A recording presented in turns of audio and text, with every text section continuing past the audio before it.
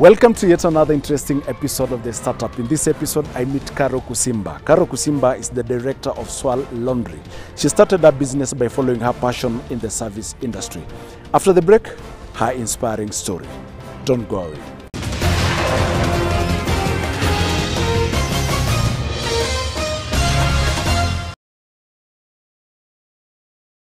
Welcome back. I'm now joined by Caro Kusimba of Swirl Laundry. Karibu sana, Caro. Asante sana. First of all, a very interesting name. How did you get the name for the business? Well, Swirl Laundry. First of all, swirl is the action of going round in a machine. I didn't have the name at first, but when you sit with different people looking for a name, one of the people told me Swirl, because that's what happens when a machine goes round. Wow, the washing machine. Yes. Does that mean that your business is about laundry and so many other things? Correct. I'm in the business of dry clean and laundry. How did your journey start? It's very interesting how I started. You know, when you sit and think, I need to start something and you're not sure what you want to start. So at this particular time, I visited my sister who runs a restaurant in one of the universities, and while I was there, I was surprised at how busy she is, and so I told her, I need to start something just like you, and she told me, yeah, start. She said it in Swahili, so it didn't sound very good. Anza biashara ya kufua. So when she said biashara ya kufua, I was like, what do you mean biashara ya kufua? So her business was a restaurant for the students who live off campus. Off campus. So she had noticed that the students are struggling on where to do their laundry. Wow. By then, the mama kufua were not many, and they were charging them quite an amount. So she told me, start biashara ya kufua.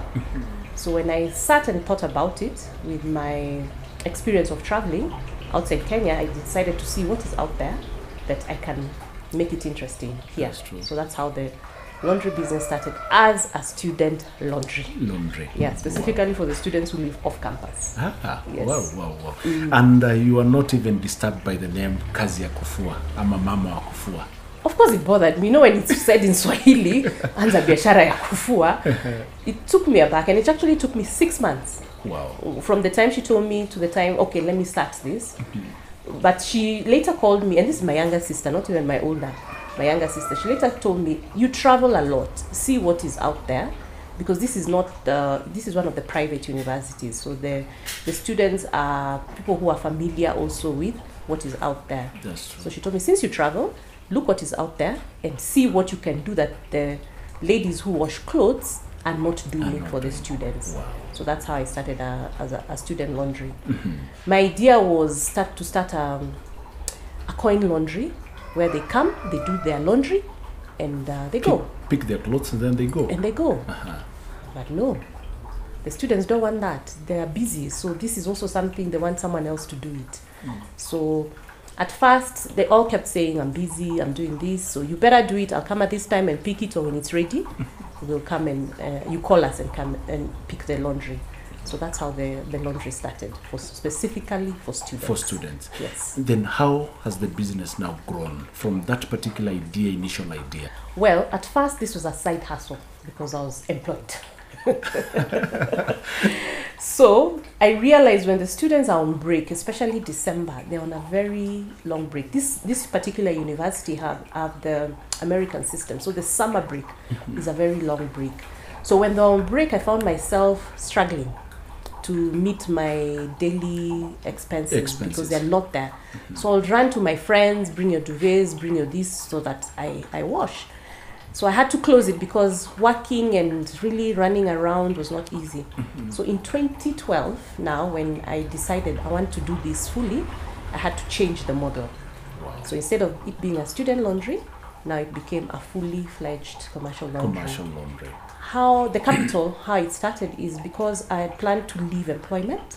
So I didn't have enough savings, but because I was volunteering, what they call early retirement, there's a package that comes with it. Wow. So my initial investment was my retirement money. That was about 2 million to start. But it didn't come at a go because also the payment was coming in phases. So even the business, because now I closed the small student laundry, to start this other one, I had to do it in phases because now the equipment of a fully fledged commercial laundry are It's also quite expensive.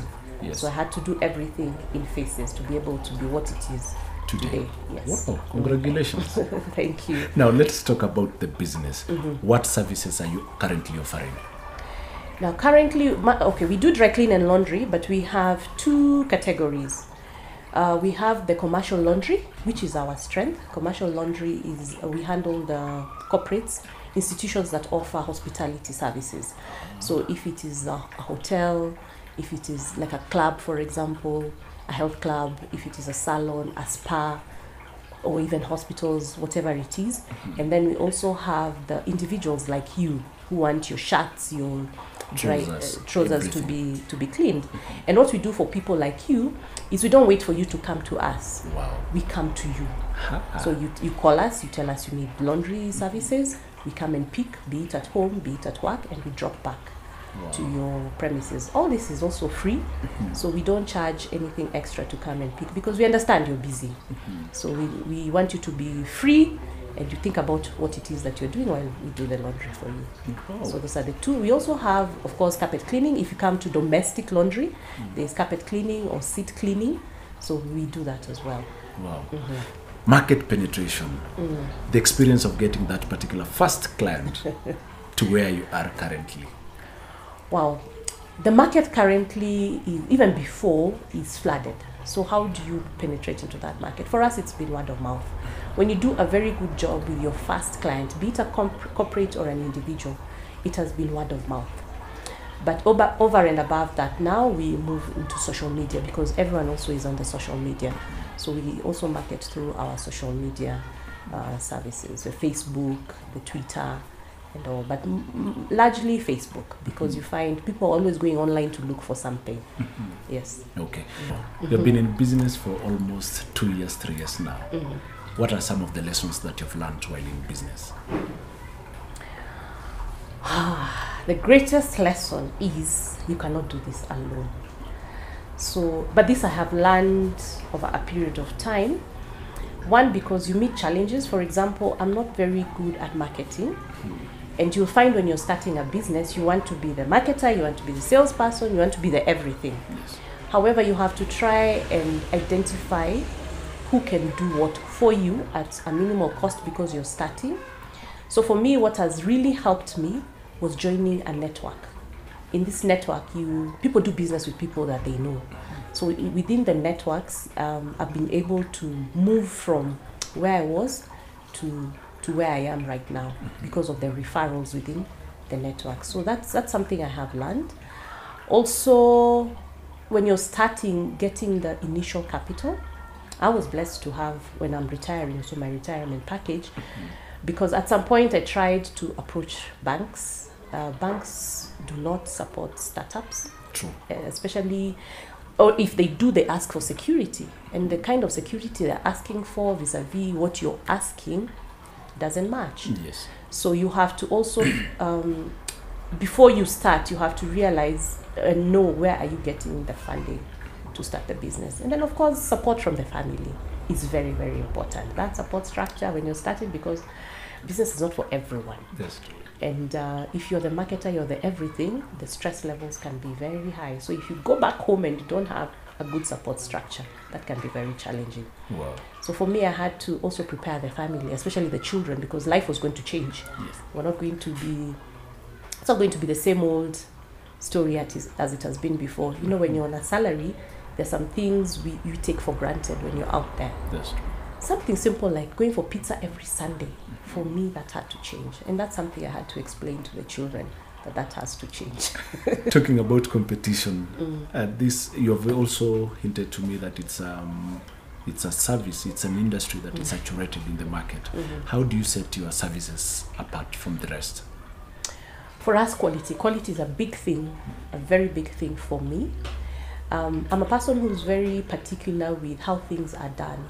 So in order to get quality, you have to ensure you have processes and systems in place, right from the time the customer calls to the time the customer goods are delivered to them. You ensure from the packaging to the handling, and even how it is, like when you deliver a white bed sheet, it should be spotless. Sparkling. Yes, especially if you're dealing with hotels, if you're dealing with salons, quality is very, very important. Yes. Challenges in the business? Well, like I said, competition is very stiff. So if you're able to set yourself apart. So for us, the quality, also the customer service. My background is on customer service. So how you handle your customers is very, very important. So for us, the walk-ins, we don't take them lightly. We appreciate them, we keep in touch with them. We have something special for them every end of the year so that we acknowledge that we are there, we are still existing because of them. So customer service is also key. And the free delivery service that we do. I know it can be expensive, but we do our level best. If we cannot deliver to where you are, we see who we can partner with to be able to make that delivery. Yes. Wow. Now, you've been in business for those years. Now, somebody is watching currently the startup, and probably he or she is seeking for advice. What advice can you give them? Wow. Take that first step. Most people have the idea in their mind, very good ideas, but they are afraid to take the first step. Taking the first step is talk about it. Once you talk about it with different people, not your closest friends, because sometimes your friends discourage you. So talk about it to somebody who will tell you as it is so that you are able to take that first step. Do not look at the money. Because to be honest, when you think about the money, most businesses would not have been, I wouldn't have been here today. I stepped out, the money came in later. Money will follow you, but take the first step. And then decide, what are you going to do first? What are you going to do next? So okay, we are always told have a business plan, but to be honest, when you sit down to write that business plan, it can be a bit complicated also when you're starting up, and it can discourage you. Much as I've been in business for 4 years, I'm writing my business plan now. Yes, I had an idea of what it is, but a structured business plan that you're following it year 1, year 2, even in year 1, month 2, that is happening now. But when you have the idea, start. What is that one thing that you can do to make it successful? Yeah, successful, or to start the process. And then look for mentors. You cannot walk the journey alone, and you have different mentors. Wow. Yeah. Wow. People who've been there before. Can you say that mentors have really assisted you in business? Yes. And how have they done that? Well, like I said, I joined a network forum this year. And in that network forum, I identified a mentor to walk the journey with me. Mentors make a difference, and they don't have to be mentors in the same field. Wow. That's another thing. Most people look for mentors in the same field. They don't have to. These are people who are successful in business. Business principles are the same. So the mentor will tell you where you're going wrong, what you need to do, and if it's something they cannot handle, they will refer you. So like for me, I've been referred to different people to walk that journey with me. I didn't think I would work with a consultant, because sometimes when you're told a consultant, you're thinking of crazy figures. But the consultant sits with you and just tells you, here you're not doing this, or here you can maximize on this. And they stretch you. A mentor will really stretch you, which is a good thing, and that is what you need. Wow. Looking at Swirl, 2 years from now, 3 years from now, where should I see Swirl Laundry? Well, our vision is to be the market leader in Kenya and Africa. So you should be able to see us in different African countries within the next 5 years. 5 years. Yes. Yes. Asante sana, Carol. Asante. At least I've learned something from you. Focus on your customer, yes, and your business will thrive. Correct. After the break, how they were started. Then later on, a startups expert. Don't go away.